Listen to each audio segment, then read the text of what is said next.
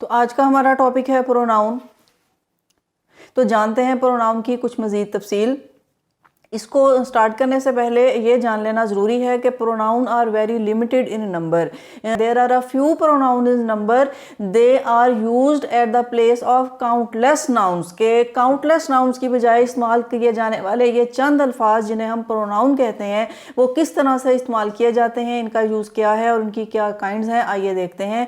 तो आज हम देखेंगे personal pronoun and specially the nominative case of personal pronoun. तो इसके नॉमिनेटिव केस में सबसे पहले हम देखेंगे आई एंड वी। आई मैं एंड वी हम। अगर हम खुद को as a singular person represent करते हैं और बात करते हैं तो हम खुद को आई कहते हैं। We are in a form of a group and group as a whole. एक कलेक्टिवली एक ग्रुप की फॉर्म में अगर हम खुद को तो फिर हम प्लूरल फॉर्म में वी कहेंगे, यानी कि I and we, I singular form and we plural form. ये सबसे पहले पर्सनल प्रोनाउन जिसको कि फर्स्ट पर्सन कहा जाता है। अब कंफ्यूजन इज ऑलवेज देयर कि what is the first person, what is second person and third person. इसका ये मतलब नहीं है कि ये पहला आदमी, ये दूसरा और ये तीसरा, बल्कि फर्स्ट पर्सन का मतलब ये है who is talking, who is active, who generates the communication. बात करने वाला, बात को जनरेट करने वाला फर्स्ट पर्सन कहा जाता है जो खुद बात करता है। अब उसमें या मैं यानी कि एक सिंगुलर पर्सन हो सकता है या फिर कलेक्टिवली एक ग्रुप की तरफ से अगर हम खुद को रिप्रेजेंट करते हैं तो हम वही कह सकते हैं। जैसे कोई कमेटी, कोई काउंसिल, कोई क्लास, कोई फैमिली, कुछ फ्रेंड्स या कोई community, they can represent themselves as a whole and they can use we. तो इसके बाद second person you. The person to whom we communicate directly, वो पर्सन जिससे हम बराह रास्त मुखातिब हैं, जो हमारे सामने है एट द मोमेंट, जो प्रेजेंट है, that person is called you. But you is here in eight the place of second person. Second person की जगह पे सिर्फ और सिर्फ एक ही लफ्ज है, एक ही प्रोनाउन है और वो प्रोनाउन है यू। सिंगुलर के लिए भी यू यूज किया जाएगा, प्लूरल है तो भी यू कहा जाएगा, फेमिनाइन के लिए भी यू कहा जाएगा, मस्कुलाइन के लिए भी यू कहा जाएगा। कोई सीनियर है, कोई जूनियर है, कोई छोटा है, बड़ा है, कोई किंग है, कोई बेगर है, whatever. Second person is you, then there is he, she, it and they. These pronouns are called third person. Third person वो पर्सन हैं जो कि they are not present at the moment, they are not present in front of us, जो कि directly हमारे सामने नहीं है, but we are talking about them. सामने हो सकता है बट हम डायरेक्टली उससे कम्युनिकेट नहीं करते। अगर वो पर्सन मस्कुलाइन होगा तो उसको ही कहेंगे, मस्कुलाइन सिंगुलर। अब यहाँ पे इस चीज़ का ख्याल रखा जाएगा कि singular masculine he, singular feminine she. अब वो कोई भी हो, जो फीमेल है female singular she, and it for neuter gender. It neuter gender के लिए यूज किया जाएगा, न्यूटर सिंगुलर का इट यूज किया जाएगा, it pronoun for third person. इसको इम्पर्सनल भी कह सकते हैं लेकिन ये पर्सनल प्रोनाउन में ही काउंट किया जाता है। And they is the plural pronoun for third person, plural for any gender and plural for neuter gender। masculine या feminine हो या फिर वो neuter gender भी हो, if it is in plural form they use किया जाता है। they pronoun is used for plural nouns। ये नाम को nominate करते हैं तो इन्हें nominative pronoun या nominative case कहा जाता है personal pronouns का। पर्सनल प्रोनाउन नॉमिनेटिव केस के कुछ सेंटेंसेस देखते हैं, आइए देखें। I read in class 5। मैं 5 क्लास में पढ़ता हूँ तो I personal pronoun is used for माई सेल्फ। We are going for a picnic. अब हम अपने लिए, यानी कि अगर कोई ट्रिप हो सकता है, फैमिली मेम्बर्स या कुछ फ्रेंड्स, तो वी प्रोनाउन का यूज़ किया गया है, we are going for a picnic. You are a good player, you pronoun is used directly. ये मैं आगे आपको बताती हूँ कि इनमें क्या डिफरेंस है। Ahmed is my friend, he likes painting. Ahmed मेरा दोस्त है और वो पेंटिंग्स पसंद करता है। Now we can see that he pronoun is used for Ahmad. अब यहाँ हमें पता चलता है कि he किसके लिए यूज़ किया गया है, he अहमद के लिए यूज़ किया गया है। नाउन अहमद को प्रेजेंट करता है। या तो जिस नाउन के लिए प्रोनाउन इस्तेमाल किया जाए वो नाउन एंटीसीडेंट कहलाता है, उसे हम कहते हैं एंटीसीडेंट।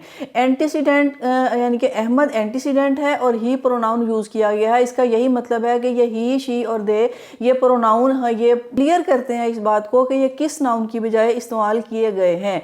बट यहाँ पे आप नोटिस कीजिए कि आई वी यू यानी कि first person and second person they do not need antecedent, ये एंटीसीडेंट के विदाउट इस्तेमाल किए जाते हैं। यानी कि आई को खुद जो माई सेल्फ अपने लिए जब आई प्रोनाउन यूज़ किया जाए तो इसे एंटीसीडेंट की ज़रूरत नहीं होती, ये विदाउट एंटीसीडेंट यूज़ किया जा सकता है। वी को भी विदाउट एंटीसीडेंट यूज़ कर सकते हैं। एंड यू जो कि सेकंड पर्सन है और हम डायरेक्टली कम्युनिकेट करते हैं, you can also be used without any antecedent. Amna is good at studies, she likes game also. अब Amna and she is used because Amna is feminine gender, तो she pronoun is used for feminine singular. The labourers were tired, they refuse to work any more. अब labourers हैं, it is in plural form, ये labourers के लिए use किया गया है they. Ahmad and Ehsan are good friends, they always help each other. Ahmad and Hassan are good friends. अब Ahmad and Hassan to singular noun, तो ये सेंटेंस इसका मतलब ये है कि आप इसमें ये फ़र्क देख पाएँ कि अगर दो सिंगुलर नाउन्स को एंड से मिलाया जाए तो उनके लिए प्लूरल प्रोनाउन यूज़ किया जाएगा। यहाँ पे दे प्रोनाउन यूज़ किया गया है जो कि उन दोनों को रिप्रेजेंट करता है। दे के बाद अब बारी आती है इट की। इट के इस्तेमाल क्योंकि कुछ ज़्यादा हैं, इसे सेंटेंसेस की हेल्प से कुछ तफसील जानने की कोशिश करते हैं। Here is your parcel, take it away. आपका पार्सल है, टेक इट अवे। सिंपली हम यहाँ ये देखते हैं कि ये इट रिप्रेजेंट करता है इस न्यूटर थिंग, पार्सल के लिए यूज़ किया गया है, पार्सल singular. She has a cat and can not do without it. अब यहाँ आप ये देखिए कि she has a cat, now it pronoun stands for cat, तो it mean it can be used for animals. Animals और बर्ड्स के लिए जहाँ हम उसका जेंडर मेंशन नहीं करते, इट प्रोनाउन यूज़ किया जाता है for singular case. The mother carried the baby, it was crying, तो यहाँ it stands for baby. It means baby when we do not mention the gender of baby. It can be used for babies, and it is a difficult question. It stands for the question, but it is also working as a provisional subject. अब subject क्या है इसकी detail हम आगे पढ़ेंगे, लेकिन चूंकि ये it के uses में है इसलिए यहाँ इस सेंटेंस की हेल्प से आपको बताया गया है। It is easy to find fault, तो ये भी एक सब्जेक्ट के तौर पे काम करता है कि it is easy to find fault. अब ये यहाँ किसी नाउन को मेंशन नहीं करता, एक जनरल सेंस में यूज़ किया गया है और इट को एज अ सब्जेक्ट यूज़ किया गया है। It was you who started the quail. अब इस इट का इस्तेमाल किया गया है अपनी बात में जोर देने के लिए। इट मीन के it is use to emphasise. अगर ये सेंटेंस में यह होता कि यू स्टार्टेड द क्वेल, कि आपने झगड़े को शुरू किया, तो it was a simple sentence.